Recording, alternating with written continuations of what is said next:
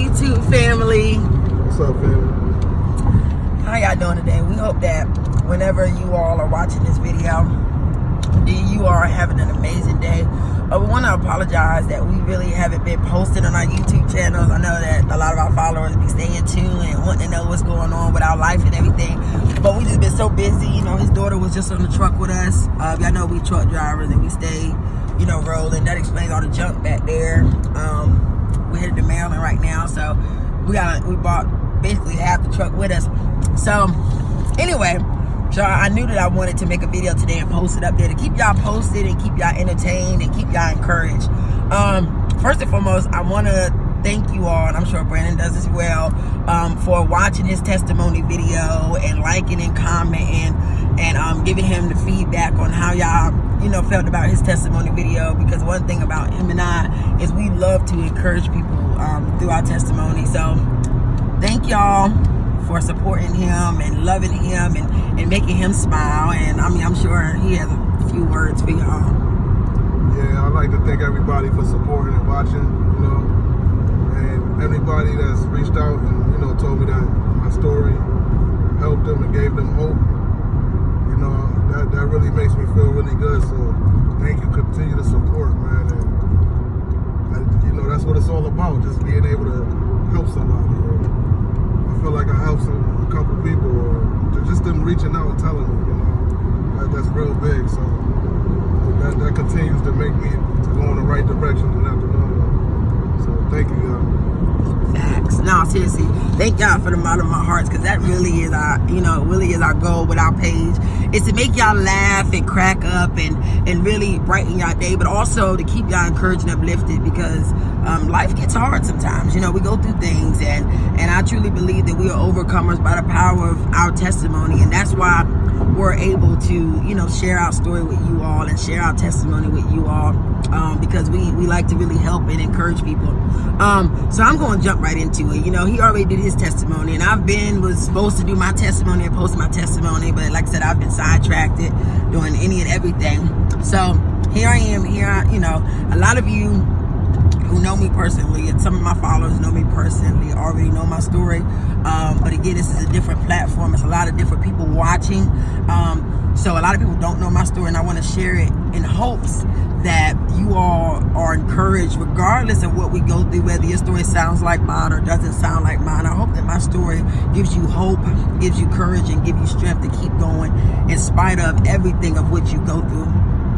So I'm gonna jump right into it. A lot of you already know my name is Christina, and I'm 24 years old. I was born and raised in Maryland, and when I was 11 years old, I had moved to North Carolina. When I was 11 years old, that's when my life got a little tricky. That's when, you know, my testimony was beginning to be formed. What happened was, when I moved to North Carolina, I started to stay with, you know, close relatives. My dad raised me. Shout out to my dad. I started, you know, to stay with close relatives. And what happened when I was 11 years old, what I didn't know is it was going to change my life forever. And I'm just going to give y'all, you know, a heads up before I proceed. Some of the things of which I'm going to talk about in this video is a very touchy subject for some of you. So just be strong. Like I said, a lot of you who's watching this video have been through a similar situation. So just bear with me. If it gets hard anytime in this video, that's a good thing. That means that it's meant for you to watch this video, and I want you to continue to watch it, because you don't know how my story maybe be the answer to your prayers, or maybe something that you're seeking for. That's something of which I'm gonna say in this video. And a lot of things that what I'm talking about is taboo. A lot of people don't talk about it, and that's one of the reasons why when I was younger, I made a promise to myself that I will continue to talk about it, no matter how uncomfortable or how nervous it makes me to, you know, share it. But I'm gonna jump right into it. When I was 11 years old, I started to be sexually molested by a very close family member.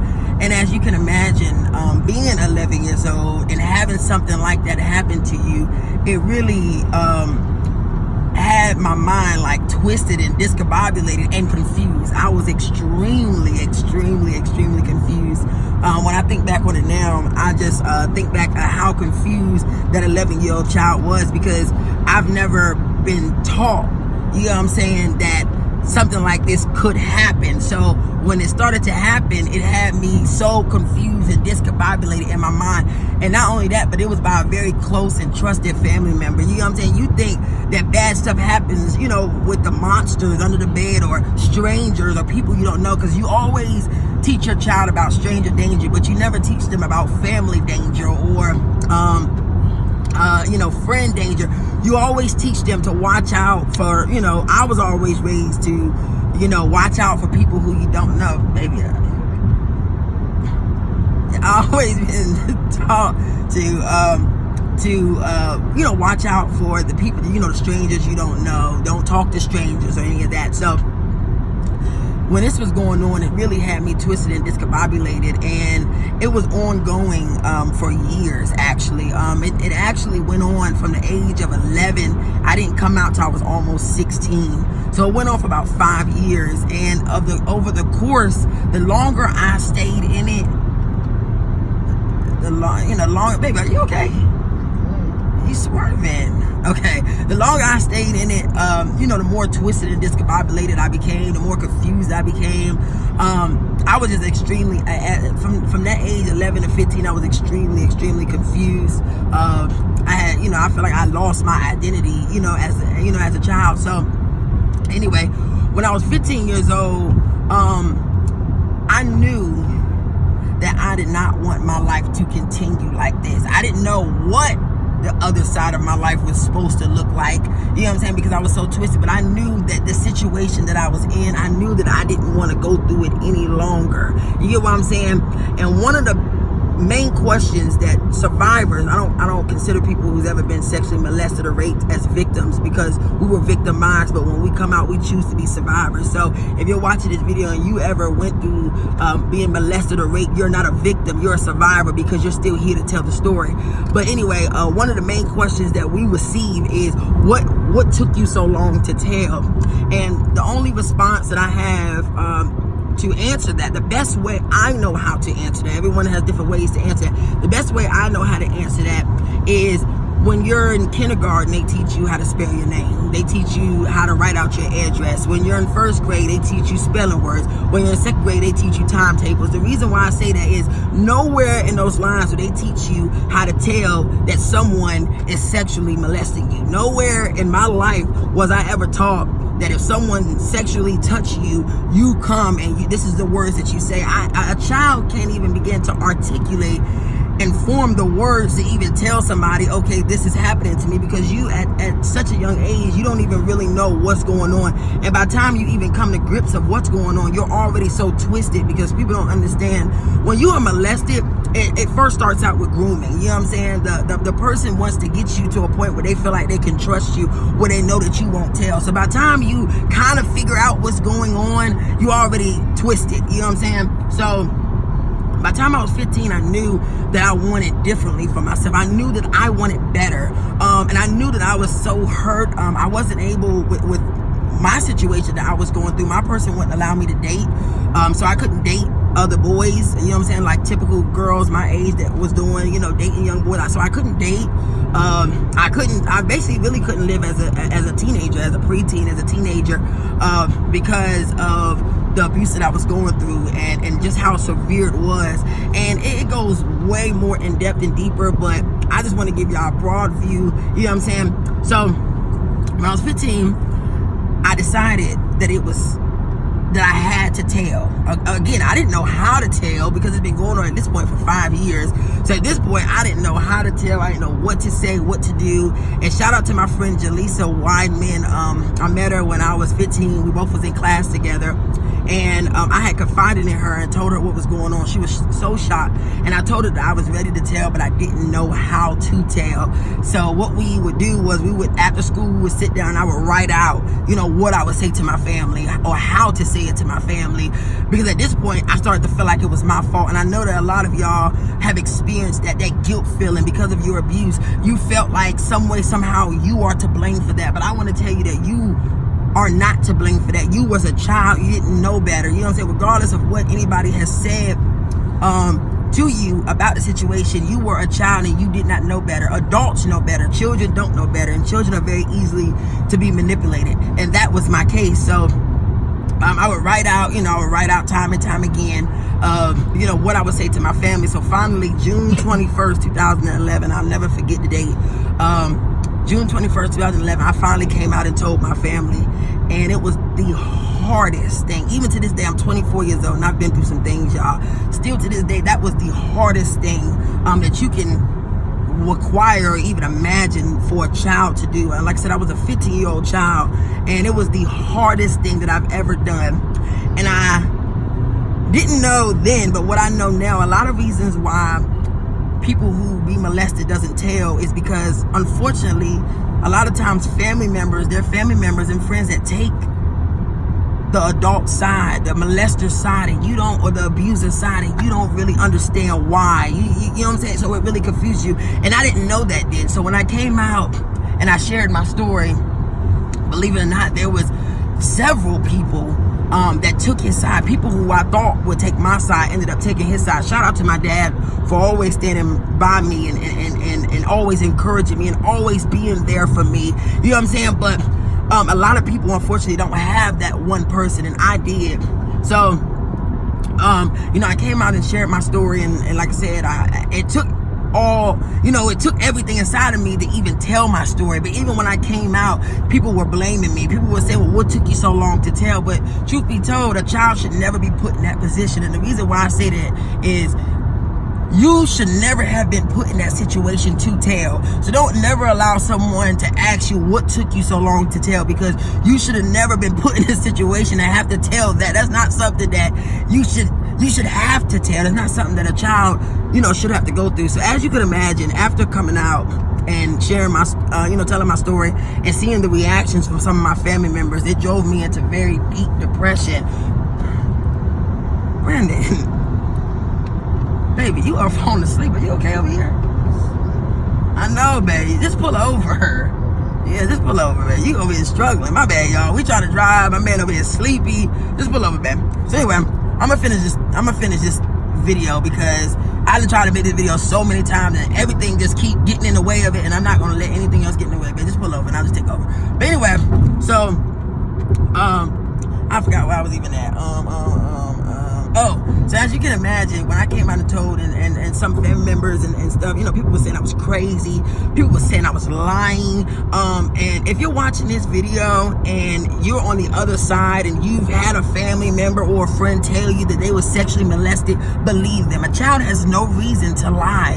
You know what I'm saying? A child has absolutely solitary no reason to lie. Even if they accuse the person that you least expect, it be the people you least expect to do something like this. Always believe a child. Never blame a child for something that an adult does, because I'm telling you, it drives a child almost to insanity. You know what I'm saying? Like I'm about to proceed now.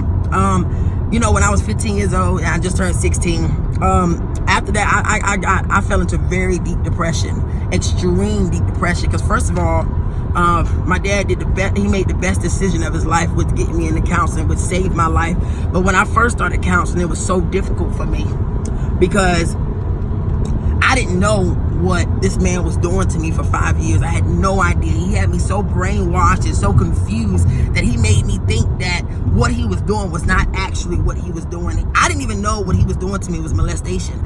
I didn't know until my counselor told me, and I actually didn't even believe her. I said, ain't no way in the world. But she lifted up the fault. Pull over, baby. Jesus, boy, you falling asleep. But, hey. So you didn't know that you were being molested? He had you that much of a fault that you didn't know that he had you under his spell? I had no idea, baby, what he was doing was molesting me. He made me believe. And you told the counselor that, no, she's wrong. I told the counselor that she was wrong. I told the counselor, like, me and her got in an argument. I said, you don't know what you're talking about. He loves me. Because that's what I believed. Because believe it or not, y'all, as a child, I used to think that molestation was about force. Like, if you tell I'm going to kill you. Mine was nothing like that. He never told me that he was going to kill me. He used love to keep me. He never said, if you tell I'm gonna kill you, or if you know what I'm saying, don't tell. He just always made me believe. And it's so easy to manipulate a child. I need y'all to understand that. It is so easy. Even a smart child like me, I was a very smart child. It's very easy for an adult to manipulate a child because our childlike mind can't even begin to go to that level.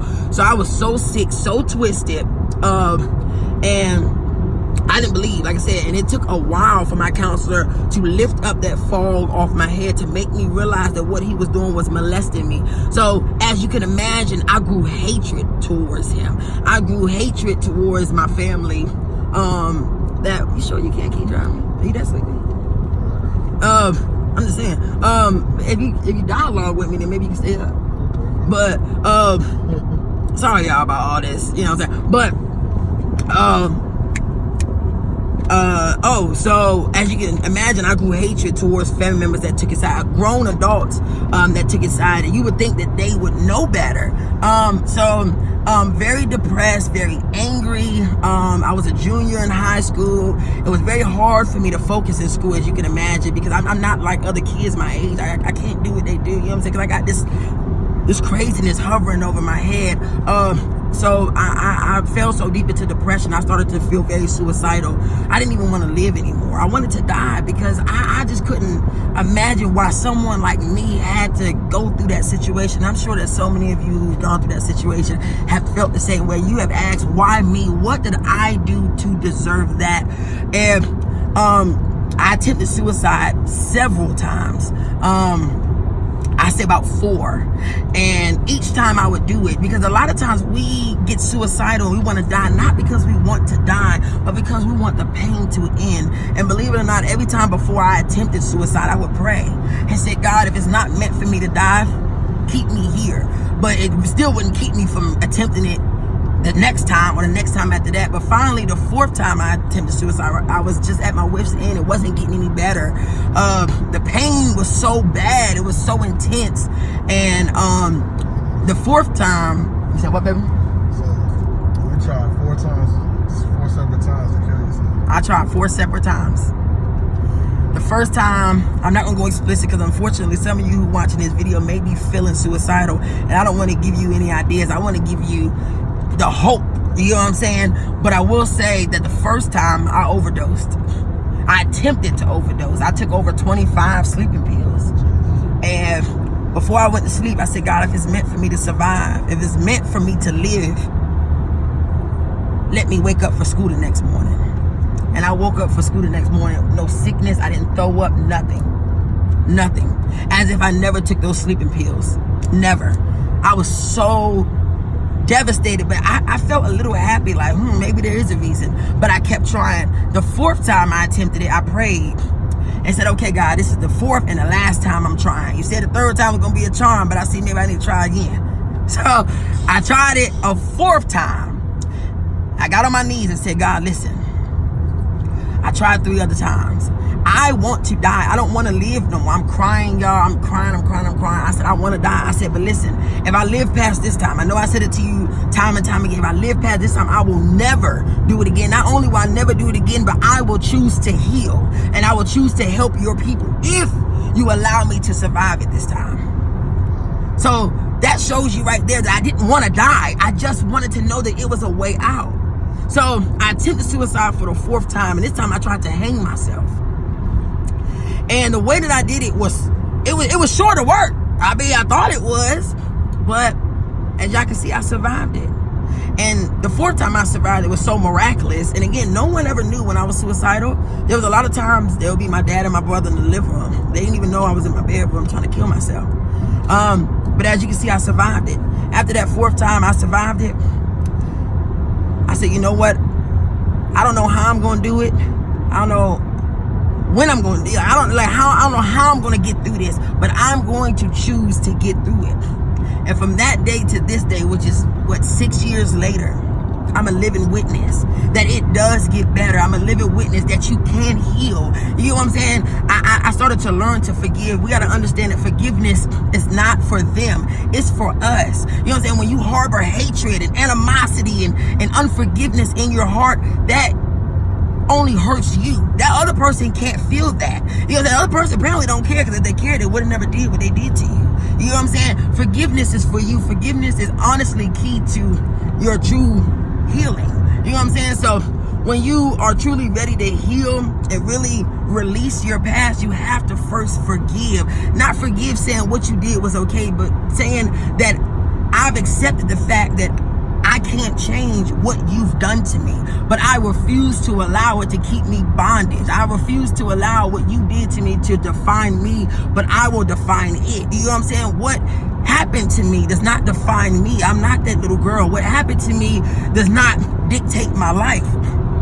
So after my last suicidal attempt, I just chose to heal. You know what I'm saying? I chose to speak about it. I wanted to encourage people. I wanted to help people through my testimony. I wanted to show people that there's hope in the midst of a hopeless place. You don't have to suffer from depression. You don't have to allow that dark cloud to hover over you. You don't have to kill yourself to escape it. Choose to heal, because the best revenge you can give to somebody that hurt you is to heal from it and choose to be a better person. But see, That's right. Heal from it. Don't let that pain overtake you, man. That's real. Facts. But see, even at that time, like I said, I never dated before. So I chose to heal. I was choosing to heal. I was on my path of healing. But see, I never dated before. I didn't meet my first boyfriend until I was like 18. That's when I first started dating. But see, I thought I was healed, because I said I'm healed, right? So when you know, usually we convince ourselves of something. But see, I didn't know that I had hatred towards men until I started to date. And that goes to say, that's that saying that hurt people. And a lot of us get into these relationships and we're hurting innocent people because of stuff that happened to us in our past. I started to take the men that was in my life that was doing me good, and I started to do them wrong. But I had no idea that what I was doing to these men had a lot to do with what was done to me as a child. Secretly, I hated men. Secretly, I wanted to get back at him, even though I couldn't get back at the actual person. I wanted everybody around me to suffer from what had happened to me. I didn't even know how to love or receive love. Every time a man would try to love me, I would push him away. I would always beat him to the punch. I would always say, okay, well, let me hurt him before he hurts me. You know what I'm saying? Because I was so hurt. You know what I'm saying? So actually, it wasn't until a year ago when I had to actually sit back and do self-evaluation within myself. Because sometimes we would like to believe that we're healed from something, even though, you know what I'm saying, I thought because I could talk about it without crying, I was healed from it. Just because you don't cry about a situation or think about a situation all the time does not mean you're healed from it. You can tell how you're healed by how you choose to love. You can tell how healed you are by how you treat people around you, how you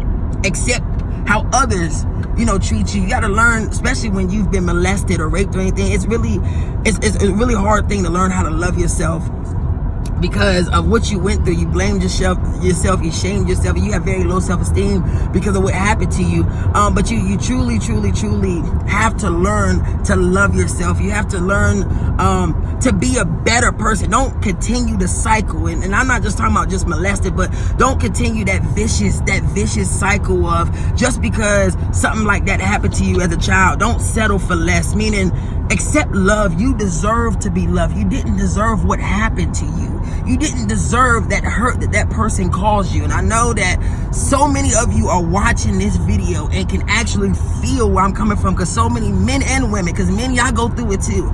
So many men and women have been through what I went through and didn't know how to overcome. Some of you have never even shared your story. Some of you never even spoke about your story. Some of your story might not sound like mine. Some of you may be worse than mine, but it doesn't matter. Pain is still pain. And I'm making this video to encourage each and every one of you that have gone through something like that you can heal from that. You don't have to live in agony and pain, and every time something come on TV about it, you all in your feelings, you all depressed, you're suicidal, you don't want to live no more. You are not what that person did to you.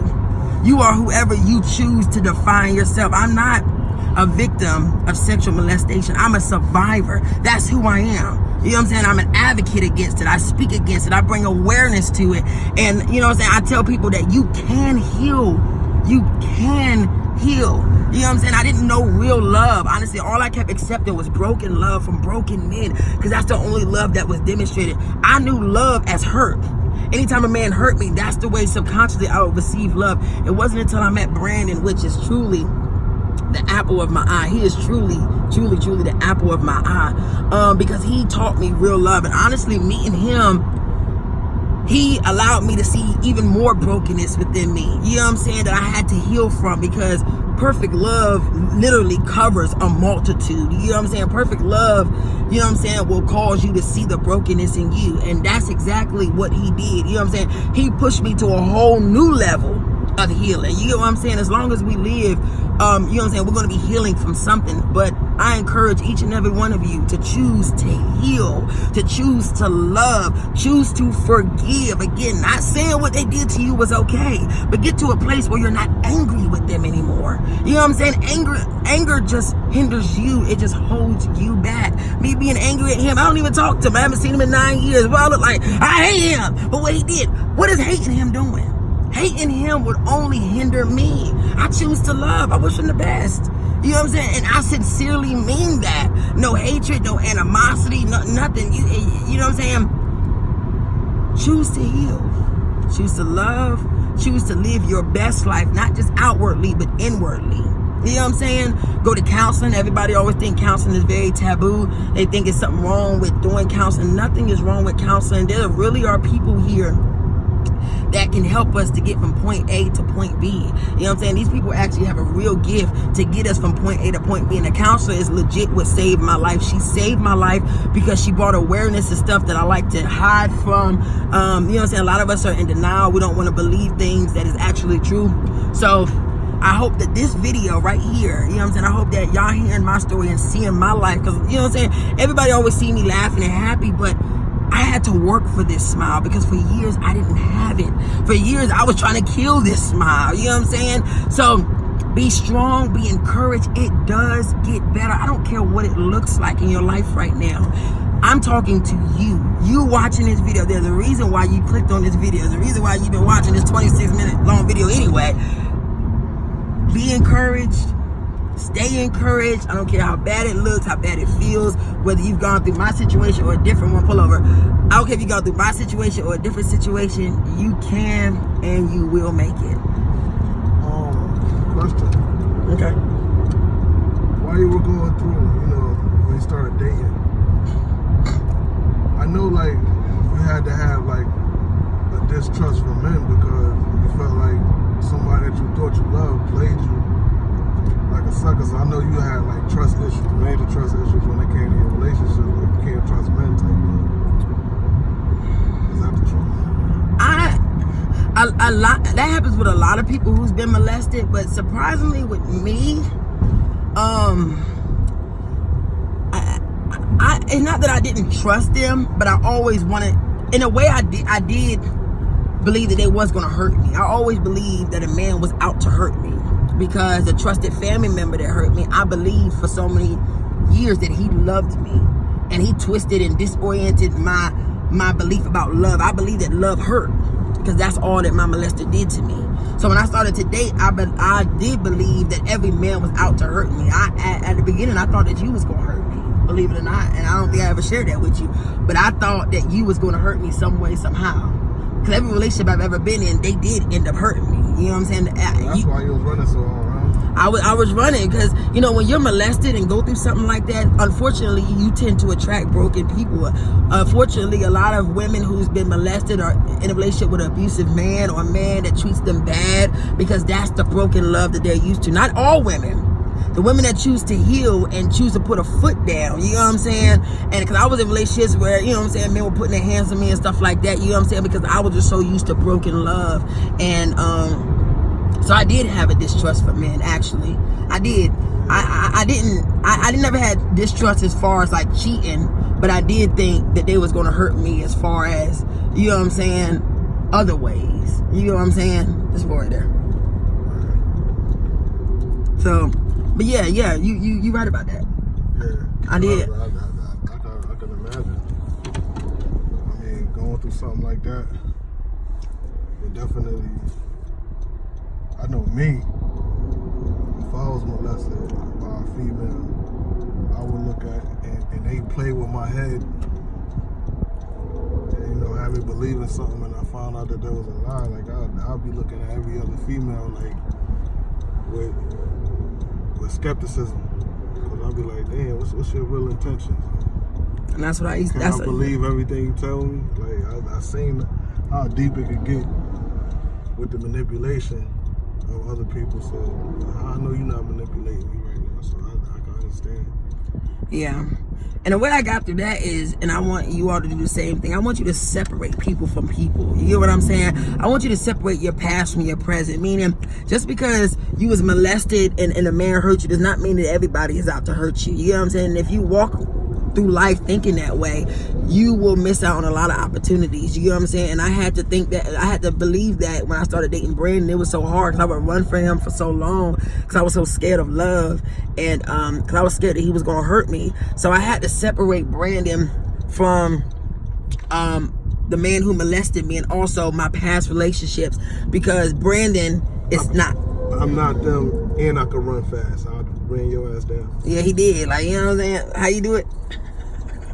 He on, did. girl. He did though, y'all. He tracked me down and he won't play it. But no, all in all though, it's a lot of effects that come from being molested. But you can and you will heal and overcome everything that's ever happened to you, whether it happened to you 5 years ago, 10 years ago. I don't care if you're 50 or 60 years old and something happened to you was 5 years old. There's never too late to heal from what happened to you. It's never a right or wrong time to heal. Everyone chooses to heal at a different time. I chose to heal right away though, because I won't play in that. I don't want to be 50, 60 years old. I got too many things that go on in my life that I got to heal from. I can't be healing from stuff that happened 80 years ago.